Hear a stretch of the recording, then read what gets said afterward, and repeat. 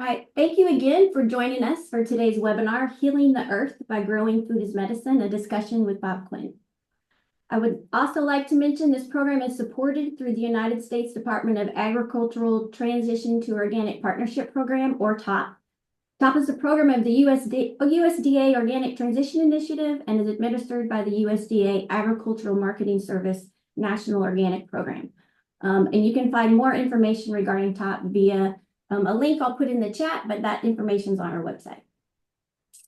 So now I'm pleased to introduce our speaker who really needs no introduction, but I'll tell you a little bit. Bob was raised on a ranch in southeast of Big Sandy, Montana. After completing his education, he returned home in 1978. I'm going to let you fill in what happened after that when we talk with him. In 1983, he started Montana Flour and Grains, originally an effort to market his own grain directly to whole grain bakeries. The business soon expanded beyond his own farm and became a viable market opportunity for many other farmers. In 1986, Montana Flour and Grain introduced to the natural food industry an ancient grain similar to durum wheat. This grain was grown only organically and marketed under his own brand name Kamut, and now over 4,500 different Kamut brand products are being marketed throughout. In recent years, he has started the Oil Barn, which produces high oleic safflower oil, and Big Sandy Organics, which produces the ancient wheat snack crackling Kamut. Bob has served the organic industry via numerous committees and advisory boards, including Montana Grain Growers and the Montana Farm Bureau. He helped form Montana's first Organic Crop Improvement Association chapter in 1987 and served as its first president. He has served as secretary of OCIA International's board of directors and on the first USDA National Organic Standards Board and on a USDA Ag Research Advisory Committee. He's been a member of the Organic Trade Association since 1987, is a member of their Farm Advisory Committee as well. He has served on the board of the Organic Center, including as chair of the Science Committee. He is a member of IFOAM Organics International and helped to form the IFOAM North American Regional Group. He is also the recipient of numerous awards, including being named as one of Montana State University's 100 outstanding alumni from their first 100 years. He received a Lifetime Service Award from the Montana Organic Association in 2007, the National Organic Leadership Award from the Organic Trade Association in 2010. He was a 2013 recipient of Rodale Institute's Organic Pioneer Award, and in 2016, he joined New Hope's Hall of Legends. That is not an exhaustive list. So he's written a book called Grain by Grain with co-author Liz Carlise, summarizing his philosophy of the tie between agriculture, food, and health.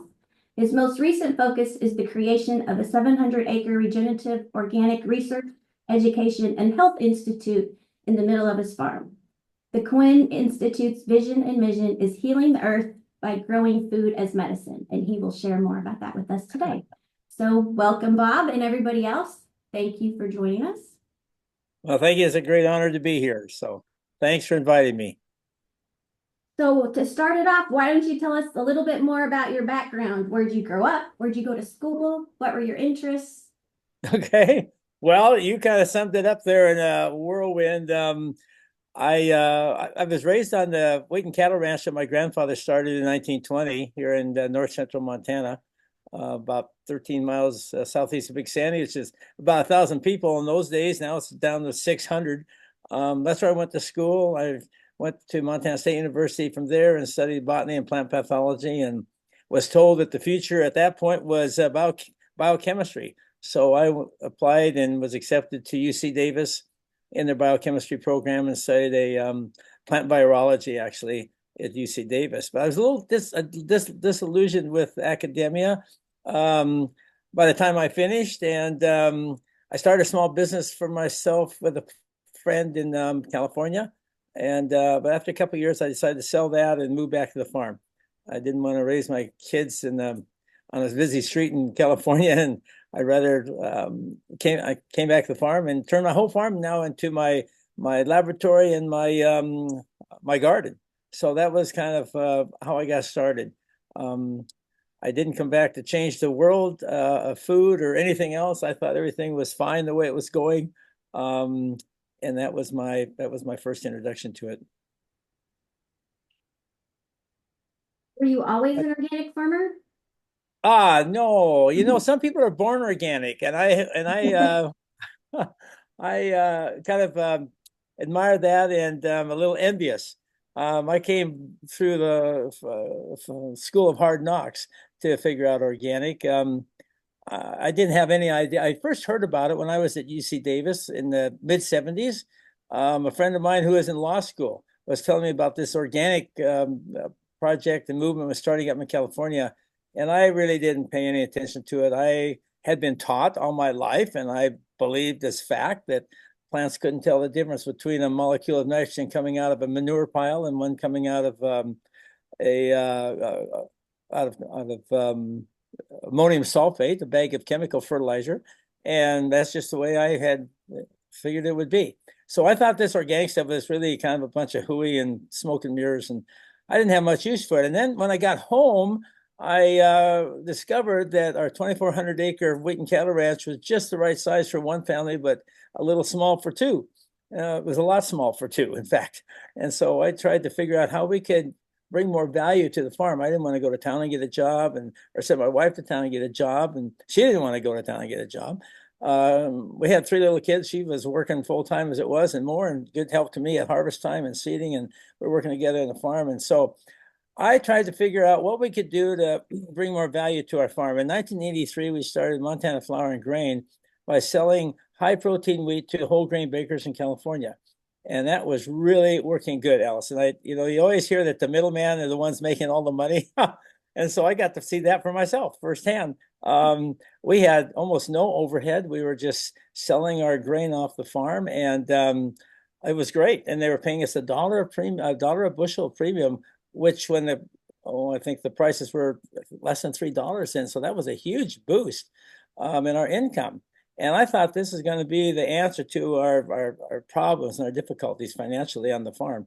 And then after a whole year went by, everything was going great. In 1984, my main customer, my only customer, biggest customer, I should say, at that point, Jim Torres from Food for Life in California, and they're still doing great business there.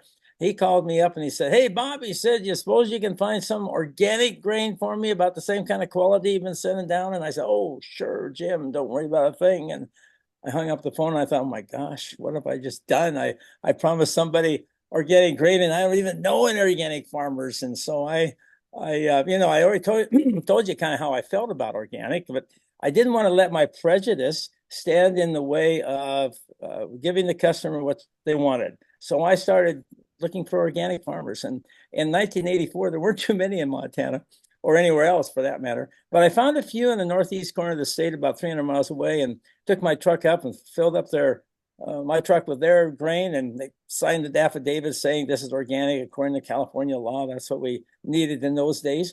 And we're off in business. And I sent it down, had it cleaned and bagged and sent to California. And Jim called up and said, "Wow, this is great. I'll take some more. I'll take another load."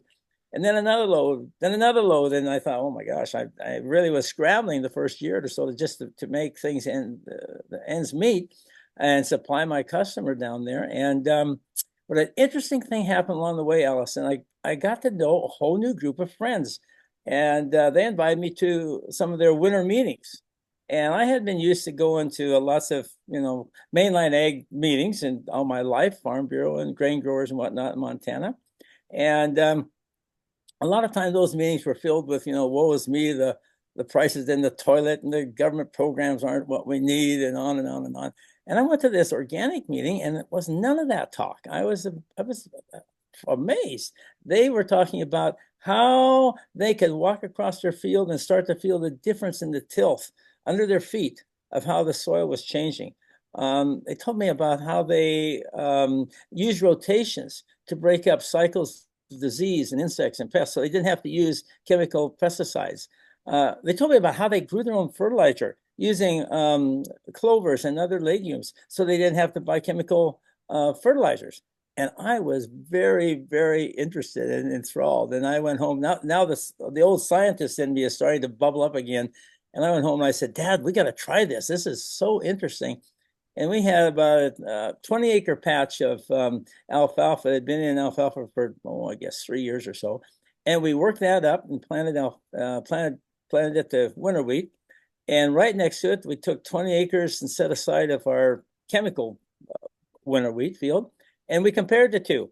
I fertilized the chemical field after doing soil tests on the alfalfa field to the same levels of nitrogen. So both of them would have the same level of nitrogen because we know that's pretty important for wheat production.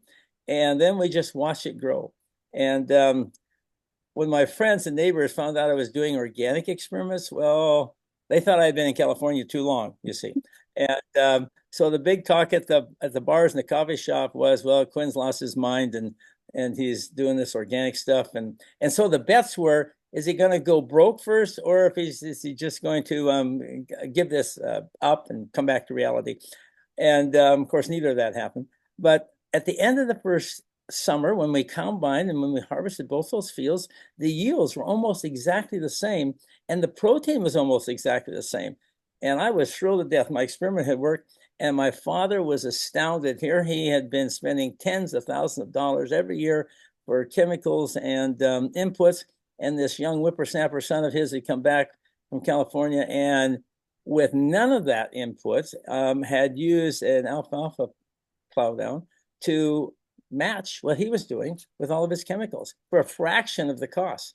And then to add on to that the crop could be sold for much more than what we were getting in the marketplace for our grain, even the stuff we're sending to California at that point. And so I was thrilled to death. And I said, Dad, look at this. I said, why don't we try half the farm in organic next year? And my dad said, whoa. He says, we don't even know what we're doing. Of course, that was true. But I said, I was so excited about the prospect. And he said, how about 10%? And I said, how about 25? And so we settled on 15. So next year, 15% of the farm was in organic, and that was kind of organic by neglect because we didn't have time to do a green manure crop or build a soil building. We just stopped using chemicals on that 15%. And that year was a drought year. This is now 1988. And when drought comes to Montana, so do grasshoppers mostly. And that was no exception. And we had grasshoppers that were starting to come in from the pastures as they were drying down into our grain fields. And of course, we knew what to do with the chemical guys. They just called up our buddies in town and said, we got grasshoppers. And they next day said, okay, we'll be out. And here come their spray plane, spraying malathion and everything. In 30 minutes, everything's dead. And but my organic field, I didn't know what to do. And I called up my friends. I said, whoa, what do you do for grasshoppers? And they said, oh, just calm down. They said there's a product on the market called Nosema locusta. And it was a protozoa that's a little smaller than a bacterium. And you put that on wheat bran and you spread it around the edge of the field. And as the grasshoppers started to come into the field, they ate that and they got sick. And then as they're laying there dying, all their friends came and ate them. It was just like politics in America today. And when that happened, the entire grasshopper population, they ate in the field about 20 or 30 feet and ate it almost down to the ground. But then they were gone. They were disappeared. They died. And at harvest time, there were almost no grasshoppers in that field, that organic field, even though the crop wasn't very good, but there were no grasshoppers there. Meanwhile, across the coulee in my chemical field, the malathion wore out or dissipated in about a week or 10 days or so. And the grasshoppers came back in. And if it was a poor crop, we couldn't afford to spray it again. So we just left it. And at harvest time, there's about as many grasshoppers in the combine. I guess there was grain. And I went to my dad afterwards and I said, Dad, look at this. I said, we have tried this organic thing now for 2 years in a row. Every year we have equal or exceeded what the chemical farming program was. I said, I'm done with chemicals. I'm just going to focus on organic and away we go. And my dad said, okay. And off we went. And I really appreciate him for that because, you know, a lot of fathers think they need the Lord over their children and call all the shots. And he was willing to experiment with me. And we really never looked back. It wasn't so easy. We made a lot of mistakes, but generally in about 3 or 4 years, we had paid off our working capital note. We didn't have to borrow money for the farm to operate anymore. We were in a much better financial position. The farm was becoming a much better ecological position. And farming was a lot more fun. So I was almost an instant passionate convert to organic, and the rest is kind of history with that. So that was my conversion story. And since then, I've tried to go all over the world, even encouraging other people to look at organic and as a way to the future and as a way to bring vitality and health back to your farm and to your family and to your community and to the world, essentially, in the end. So it was a big switch for me, Allison. It really Yeah. was.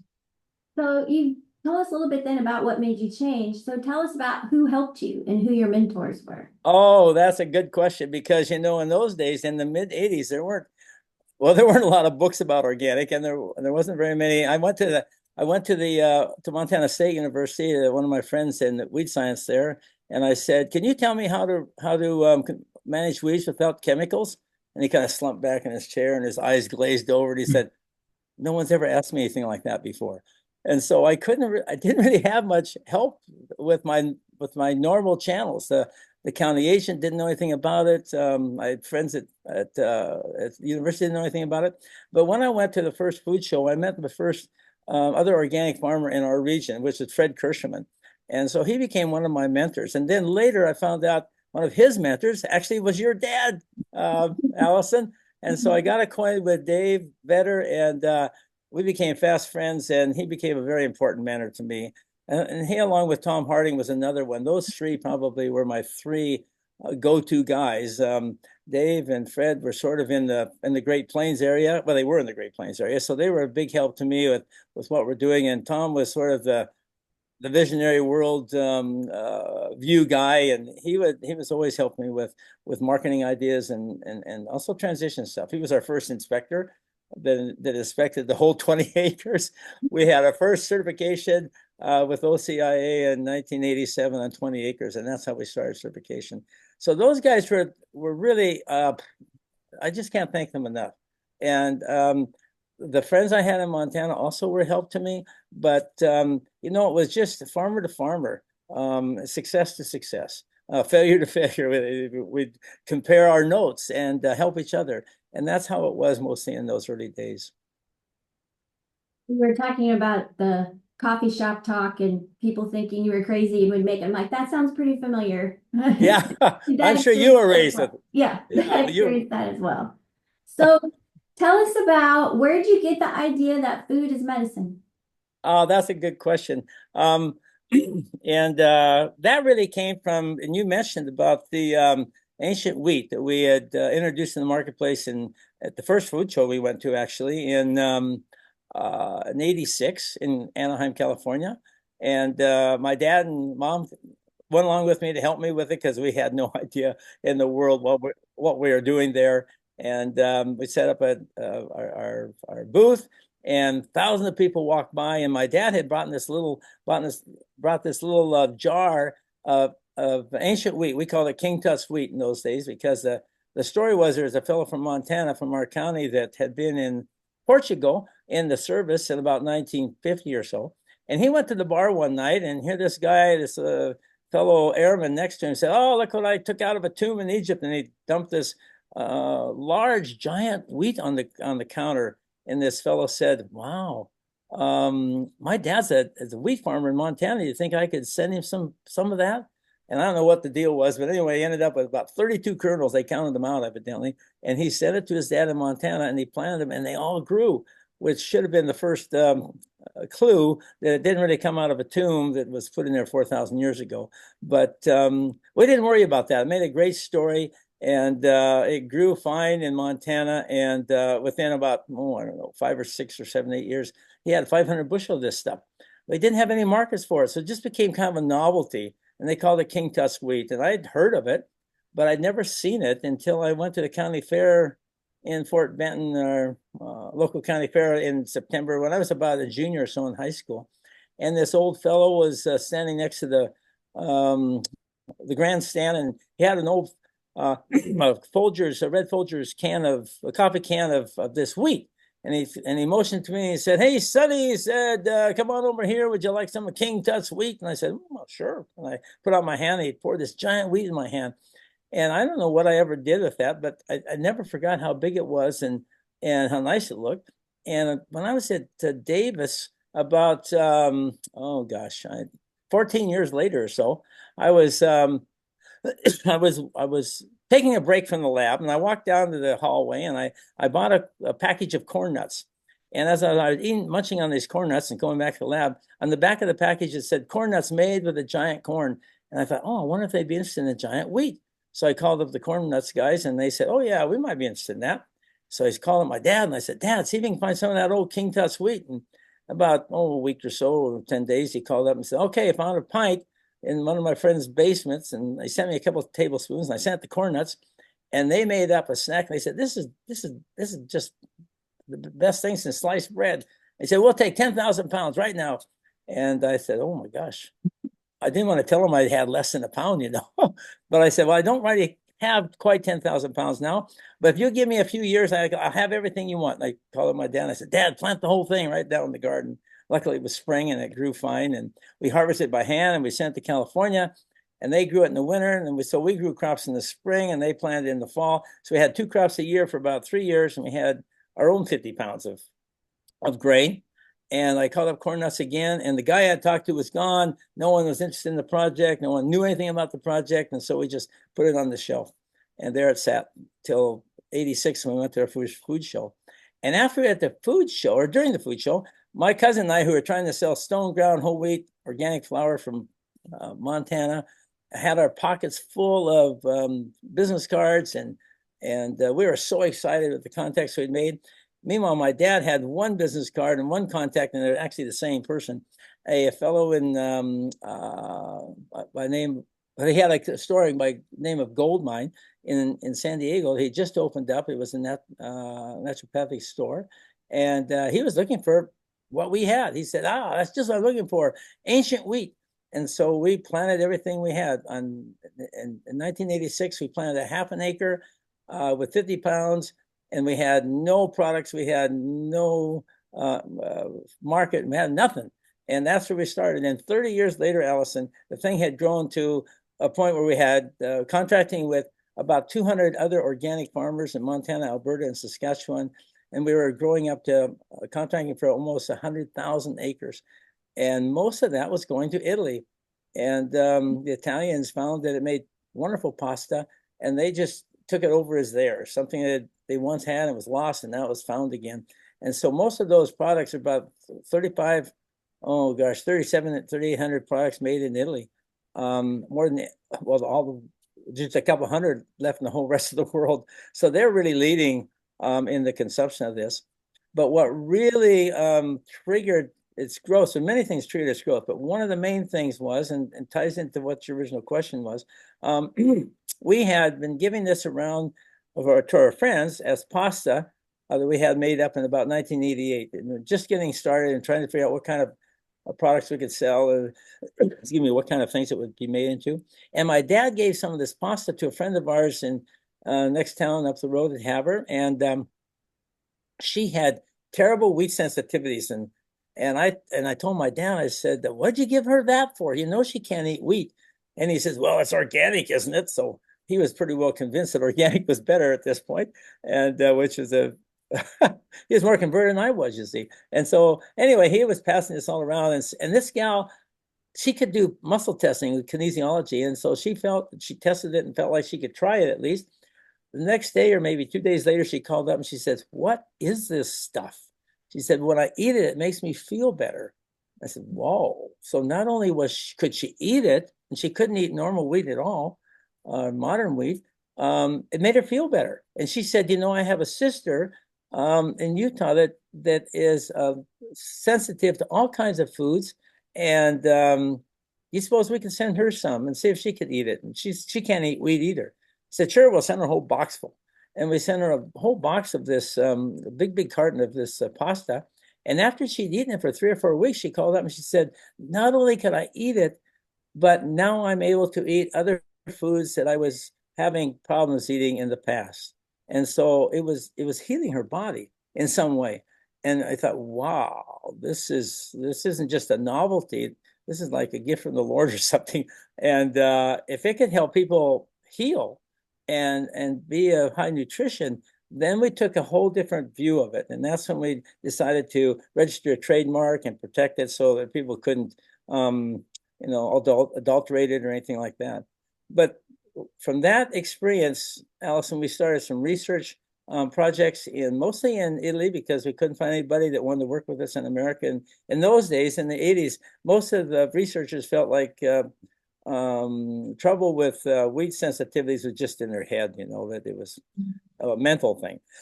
And they said, one of them, I'll never forget, I was talking to him, trying to convince him to do some research for me. He said, if I did the kind of research that you're asking, he said, I'd be wasting my time and your money. And so it wasn't very encouraging. And so we ended up in Italy because at the University of Bologna, and then later at the University of Florence, in their medical research hospital, they were very interested in this project and the question that maybe there's something in wheat that was causing trouble with people. And in Italy, when you have trouble eating pasta, I mean, you just don't go downtown and buy it wheat-free, gluten-free. It didn't exist in those days anyway, but they want to know what's the matter and they want it fixed. And so they started doing research, and we very early found out that the grain lowered inflammation. And we know that inflammation is tied to all chronic disease. So then immediately we switched our whole research program to human clinical trials of chronic disease, of heart disease, of irritable bowel syndrome, of diabetes, of all those kinds of things. And we found enormous success. We were doing double-blind crossover studies, which meant we had a group of volunteers that had these diseases, and they would feed them either modern wheat or our ancient wheat. They didn't know what was which, so that was the blindness of it. And then after 6 or 8 weeks, they would have a washout period where they ate anything they wanted, and then they'd eat the other type of grain. So the ones eating ancient would go to modern and vice versa. And that was the crossover part of the study.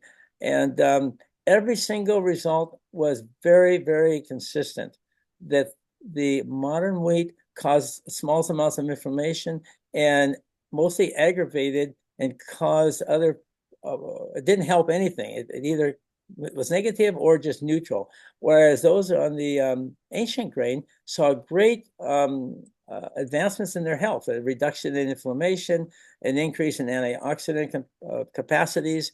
The diabetes, folks with diabetes had a lowering of blood sugar, a lowering of insulin and insulin resistance. So these things it wasn't a cure-all, but it was helping them get better rather than aggravating their situation with their chronic disease.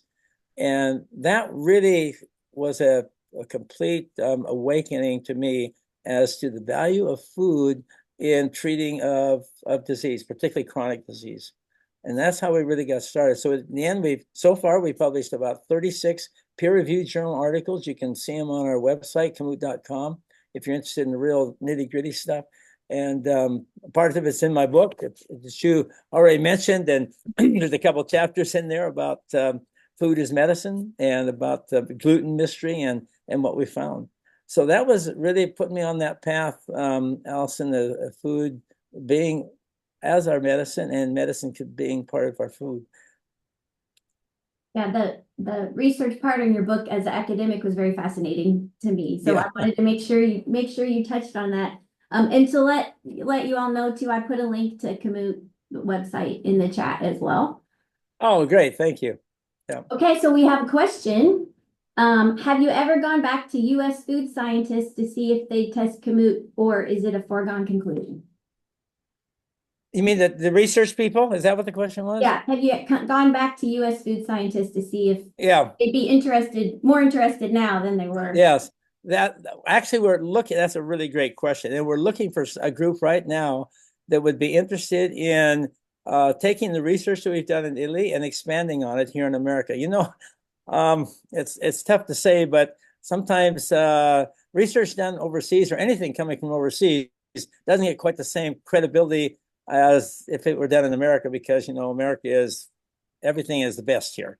But if you've been around outside of the country, you know that actually there exists another part of the world that also has great talent and does good work.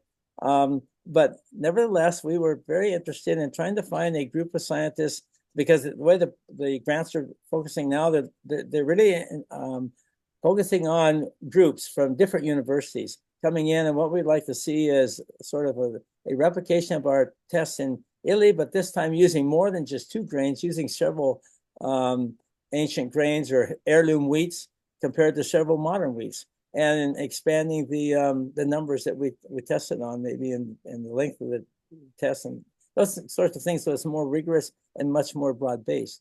Because if you can imagine this, Allison, right now in America, 60% of our entire population has at least one chronic disease, and it's getting worse. That means that over half the population is sick. We're the sickest country in the world. And imagine the cost of treating that is just astronomical. And it keeps going up. And there isn't a single country in the world, including us, including the United States, that can afford to have a majority of their people sick and be paying for that. And it doesn't matter what kind of healthcare system you're going to have. There's lots of debates in Congress, as you well know, as to what kind of healthcare system we have. It doesn't really matter. If most of the people are sick, it's going to break the country. We can't sustain it. It's not sustainable. But if we could use food rather than pills, pills mostly are designed to maintain function. They don't offer a cure to chronic disease as much as they do is reducing symptoms and maintaining the functionability of the people affected by these diseases. What we need are cures. We need people to be healthy again, and they can be healthy by changing their diet and some of their lifestyle, and a lot of these chronic diseases. And that's the kind of research that we'd like to promote, and the type of thing we'd like to see advanced in this country. So that's what we're trying to look for. So that's a very good question. If anyone has any ideas, well, put my email in the box too, Allison, Okay, please. I will do that. And let me know. I'd be very, very interested in any ideas that anybody might have going this direction. Okay, so next question.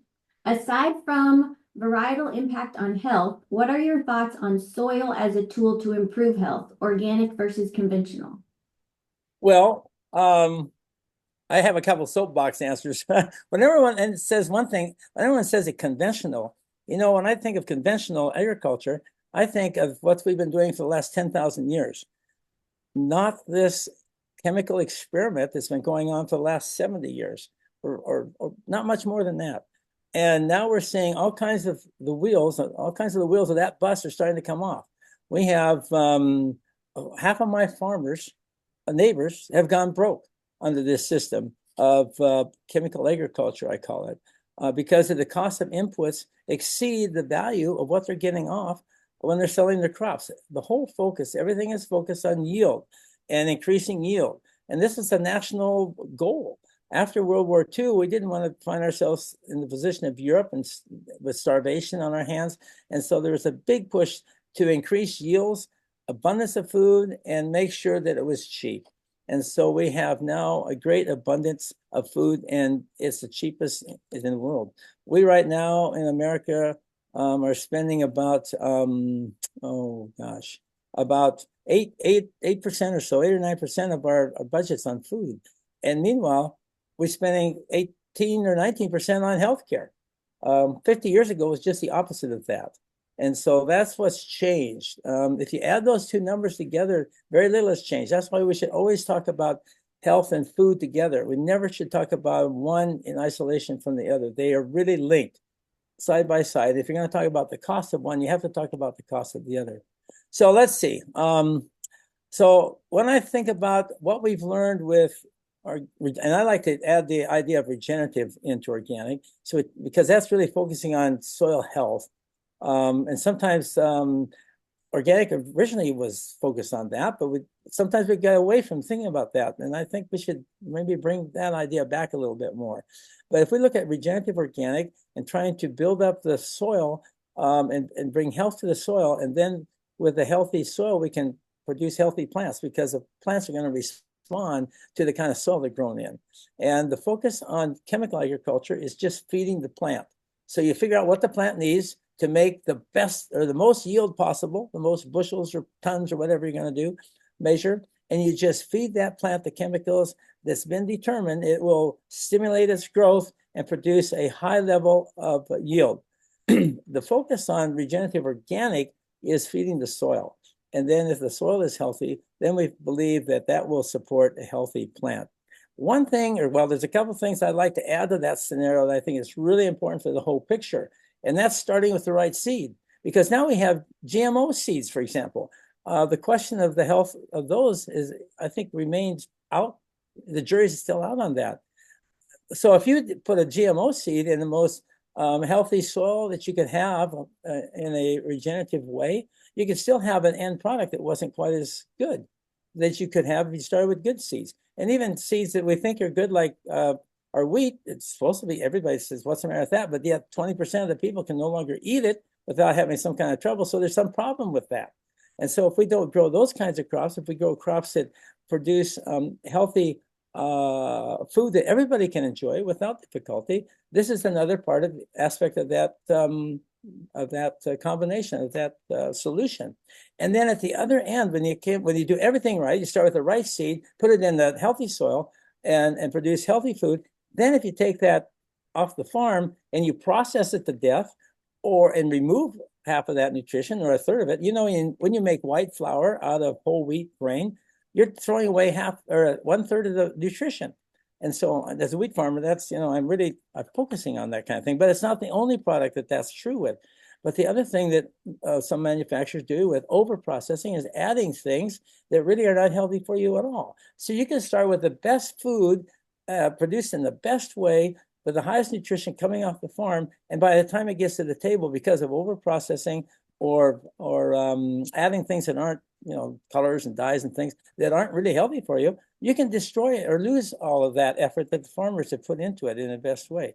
So I think we need to think as broad as possible, and capture the whole program from seed to plate, as it were. So I think you're alluding to this next question, or you're kind of getting to that, where someone asked if you could speak about the trends in gluten-free and what you're seeing in terms of that. And do people realize gluten-free is full of questionable ingredients? Well, that's a very good question.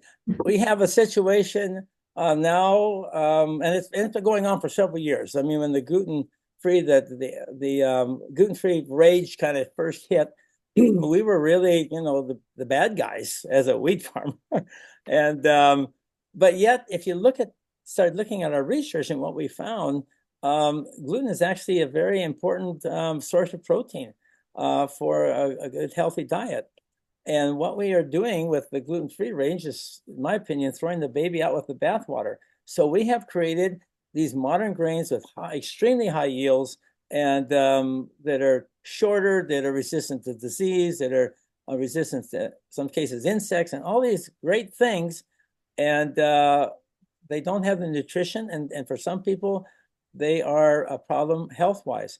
No one anticipated that. No one did that on purpose. I mean, you can't fault the people trying to make more yields. I mean, they were doing what they were asked to do. No one imagined that anything would be lost doing that.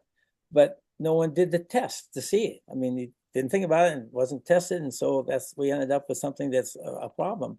But rather than throw the baby out with the bathwater and say, well, gluten-free is the only way to go, why don't we focus on grains that don't have gluten that causes trouble? Focus on grains that are healthy for you and have good qualities and good makeups of their gluten, so that most people can digest them and are benefited by that. There's still a few people for celiac, for example. You can have celiac so severe that even dust off of regular wheat is enough to make you sick or even kill you. So those kind of people, they are forced. They really have almost no choice but to avoid gluten completely. That's less than 1% of the population.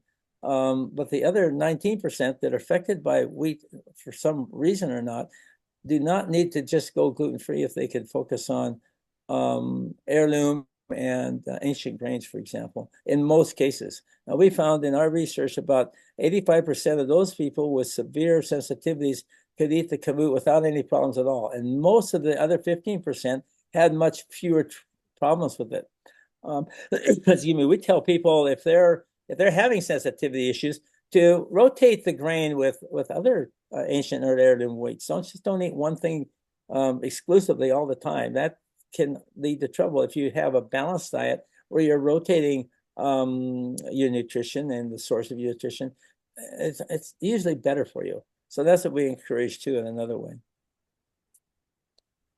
Someone first, thank you for sharing your farming journey. They said it was very inspiring. As a kamut grower, have you noticed its climate resiliency and also its hardiness to resist pests and reduced water consumption compared to conventional wheat? Well, that's a really good question. One thing we saw with the kamut right off the bat, it has some drought resistance. So when the other when the crops are going, I mean severe drought, I'm talking about severe. So when modern wheat and crops are going to zero for yield, we were still hovering around 8 or 9 bushel. It wasn't great, or even 7 or 6 or 7, but it was still a yield of some kind. So that's the one thing that we saw that we're thankful for because of the what we see with climate change in our area. I don't really call it, Allison, I don't really call it climate change. To me, it's climate chaos, because that's what I'm seeing more than anything else. It's completely chaotic. We're having extremes, extreme wet, extreme dry, extreme heat, extreme cold. But generally, we are seeing the summers getting hotter sooner and the rains stopping sooner. And that means that our spring crops are higher risk. So we are looking more and more to fall seeded crops. And of course, you guys are mostly in winter wheat country anyway. Going where you are in Nebraska and going south, it's all winter wheat. And the reason is that it gets too hot too quick for your spring stuff generally compared to what's going on with the fall seeded crops. And they can be harvested and mature. They can develop when there's still enough moisture. And so they're maturing when the heat is on and the ground's all drying out. We're seeing more of that now too. And so the whole climate environment for growing crops, the frost-free days, and when the heat comes and everything's moving north. And so we're having bugs and birds and other things that we hadn't seen much before. Now we're from further south coming into us. So we're looking at ways with our spring crops, and even the kamut, we would like to look for ways to find winter hardiness so that we could plant it in the fall and increase the viability that way, because we have a little bit of advantage, but it's not going to be the whole story. And so we're looking at fall seeded crops, not only with the grains, but also with oil seeds and legumes and other crops that we're having here in Montana. What do you think of land grant universities who are promoting putting synthetic, I'm assuming it means nitrogen, on soybeans? Producing what with soybeans? I didn't catch the last part. Kathleen, you might have to help me. Is that what the N stands for? So what were they doing with soybeans? I'm still listening. Land grants who are promoting putting synthetics on soybeans. Synthetics. Yeah. Now, what do you mean? Synthetics from the soybeans? Well, synthetic N, so I'm assuming nitrogen. N is nitrogen. Oh. I'm a sociologist. That's my disclaimer. Okay, so what are they doing with the soybeans again?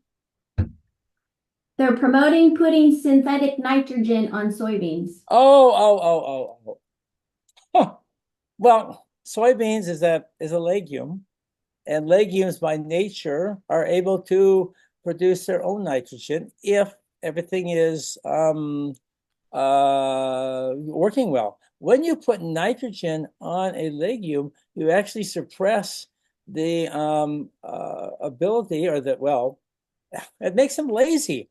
I mean, it's like it's free lunch. So they don't have to expend any of their energy to make nitrogen. If it's given to them, it's free lunch.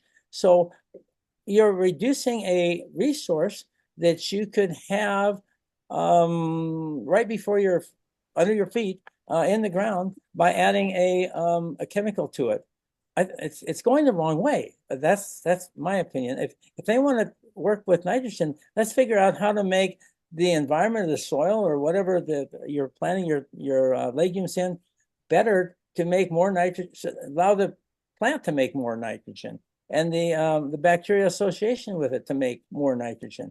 it's the wrong focus, in my opinion. It's the industrial model, it's industrial thinking.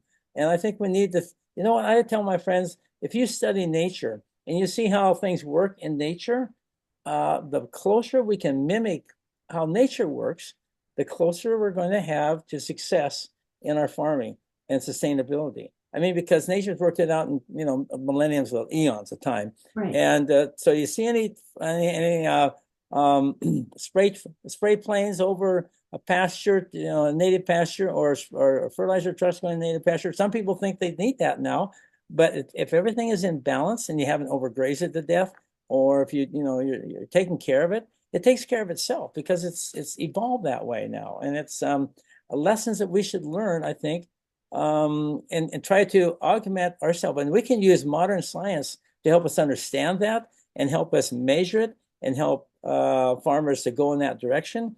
But to say, let's just solve it with a little more nitrogen and increase your yield, this is backwards to me. I don't think this is the right direction. So you mentioned the need for good science. So tell us about the Research Institute. Why did you start it? Oh, well, okay.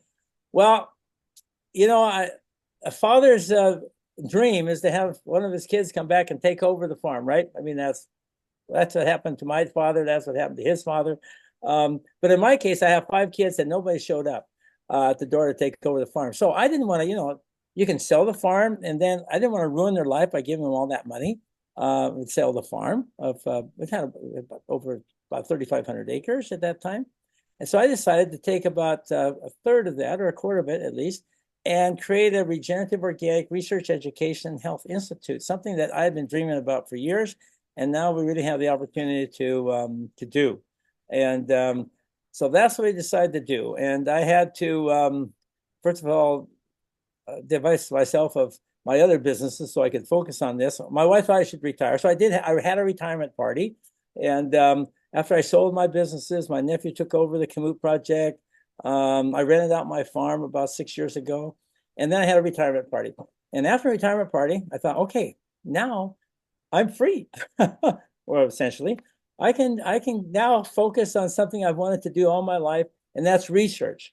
But now I'll have my own research institute, or my own research program that I can direct and help, and we'll focus on solving problems and helping farmers farm in a better way and grow better food, and helping people understand the importance of better food. So we're focusing on research, regenerative organic research, education. So we want to have gardens where people who don't have farms but have a little space where they can grow a garden can come and teach them how to grow their own food, even if it's just a small fraction. And then we want to have a teaching kitchen so that people that end up with a turnip can know what to do with it. A lot of people don't know what to do with food out of their garden, or even buying it whole in the store at the farmer's market. A lot of things they don't buy because they don't know what to do with them. So we want to have a teaching kitchen where we can teach people how to process and how to preserve and how to put it on your table, but also how to ferment and how to pickle and salt and dry and can and all that kind of stuff. And then we want to really focus on helping people to understand what to do with leftovers. Allison, almost half of the food in the world today is lost and never makes it to the plate because it goes to waste. In the underdeveloped countries, most of that loss occurs before it even gets to the store or the factory or anything else, because they don't have the storage facilities to keep the rain and the birds and the bugs and the mice out, or good transportation. But in developed countries like ours, guess what? Most of it takes place after it gets to the processing.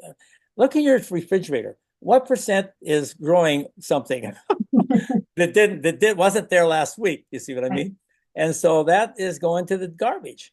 And so rather than and look at all this thrown away from the grocery stores because it goes outdated, or the schools because it's, people throwing stuff away that's more than they eat on their plates, or restaurants, all this kind of stuff. I think that we really need to focus. That's low-hanging fruit in my mind, of bringing more food availability, is not to waste so much in the first place. And especially after we go to all the trouble now that we want to go to make really high nutritious food and high value food. Why throw that away? So that's another thing we want to focus on. We'd also like to have some healthcare practitioners, so we have a health aspect of it on site that are focusing on chronic disease and prescribing as in response to that chronic disease that they're working with people with, not pills from the pharmacy, but food from the farm, so that we can have a supply of food that they can be to take home with them as an example of how to eat better and how to address some of their chronic diseases with what they eat. So on this research center, we want to be able to show from the beginning to the end, from putting the seed, so choosing how we choose the seed to grow, because we talked about earlier, but putting that seed in the ground, how we care for the soil, and building the soil and the health of the soil, and then right up to the harvest, and then to the production of food, have food farm to or field to plate dinners and harvest dinners and different dinners during different seasons to show what you can do during different seasons with your own food and eat as local as possible and as healthy as possible. So that's the kind of thing we'd like to have it all in one place where people can see the beginning to the end of our food system and how important every aspect of it really is. A couple different questions. One, talk a little bit about the exportability of organic farming to the third world compared to large American chemical farming. Oh, well, okay. That's a very interesting question. You know that one thing, if you turn on, if you turn on any, or look at any magazine, farm magazine, or go to any farm, regular farm conference, whatnot, the chemical guys are there in spades saying, our job is to feed the world, and we can't do it without chemicals. And you know what? I don't buy that. I think our job is to help the world feed itself. And I know that changes the economics of it some, but if you look at what's happened with this philosophy of feeding the world, I've already gone over what's happened in our neighborhood. Half my neighbors are gone. We might be trying to feed the world, but we're making our own farmers broke.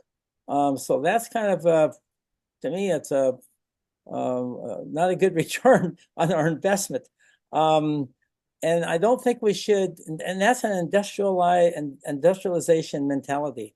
And I think if there's one thing I worry about organic in this country, it's the industrialization of organic, that it turns into the same kind of mentality. We don't have to export organic all over the world. It's fun to exchange some things that we can't grow here, like bananas and, pineapple and some of those other things that we don't grow a lot of. I'm not opposed to those kinds of imports. And exports, but I am opposed to substituting or causing people to abandon their own food source or their food supply and their own farmers to eat primarily what's sent in from clear across the ocean. And we saw some of this for ourselves here in America during the pandemic here a couple of years ago, where for the first time, many people saw store shelves empty in America. No one, almost in my lifetime for sure, no one had ever seen that before. And that tells me that we are living on a very shaky supply system. And we really need to focus more on local production and being local, sustaining ourselves locally for as much of our basic needs as possible. And then we can export the excess. But let's first feed ourselves. And if we're grain farmers like in Montana, we can't eat all the wheat we grow in Montana for sure. And we could send that out to some countries, but let's not replace their farmers and their agriculture by doing that. Let's supplement things. And then let's not depend on, processed food from California being shipped back to Montana that was grown here in the first place. This doesn't make sense. It makes economic sense for a few very large companies who are making a lot of money doing this, but it doesn't make it's not security. It doesn't make security sense. So they think in that case, it makes sense to them, but it's costing us dollars, you see. So I'm trying to figure out or trying to promote the idea that we should eat closer to home and support processing, minimal processing closer to home, and have things that we can depend on. So that's how I would answer that question. Do you think that by all the modern breeding and crops fed to animals, like corn to cattle, for example, that it may have unintentionally resulted in grain that is causing health issues to them? With the animals too, you mean? Yeah, How I well, read that, yeah. the trouble with breeding, I have nothing against breeding programs and scientific exploration in that area as a principle, but I do have a problem with the way it's done. It's when you focus only on one goal and don't look at any other outcome, then you're setting yourself up for unintended consequences. And that's what I see has happened more and more and more. I mean, we have turkeys that can't even breed anymore because all they've done is develop breeds with such huge breasts they can't even function in a normal way. Chickens have their legs go out from under them because they're just been bred to produce so much so fast. I think that the secondary fallout for those kinds of things is not positive, and we're finding now that if we go back to focusing on nutrition and grass grazing and that sort of thing, that we find a lot more nutrition, and maybe we don't have the pounds on everything, but the pounds that we do have are much better for us. If we would focus on nutrition the way we focus on yield, I think we would have a big change in what comes out of our research and breeding programs. And this is what I'd like to see. If I were a wheat breeder, I would be embarrassed, and I'm a wheat grower, and I'm embarrassed. Well, not embarrassed, I'm kind of insulted that 20% of the people can no longer eat what I grow. I mean, to me, that's not fun. And if I was a plant breeder, a wheat breeder, that would be my number one priority. I said, rather than trying to get 2 more bushels an acre, I would want to breed something that or find something that is less sensitive and people can eat it, and it has more nutrition. Anyway, it's a different way of looking at things, and we have to have a different national demand, a national program that focuses on that, because you can't. It's hard to, in the past. It's been hard to blame the wheat breeders, as I mentioned before. They were doing what they were asked to do and doing it very well. And I think that what we need to do is maybe ask different questions in the future, and then reward people for being able to answer those with research money, with grants, and help that way. It's 1 o'clock. Oh my Thank you gosh, are so we out much. of time already? I know, perfect timing. Thank you so much for joining us and all of you Well, for being with us today. well, thank you for inviting me, and thanks for all of you who listened in, and have a great day. Thank you, everybody. Oh, and I will mail the link out to the recording when it's available. Hi, Jeff. Yeah, we could go all afternoon. I know your program doesn't allow for that, but we'll have to do some more of this. It's We been fun. will. We Thank will. you. All Thank you right. very much. Thank you, everybody. Have a great day. Okay, bye-bye. Merry Christmas. Merry Christmas.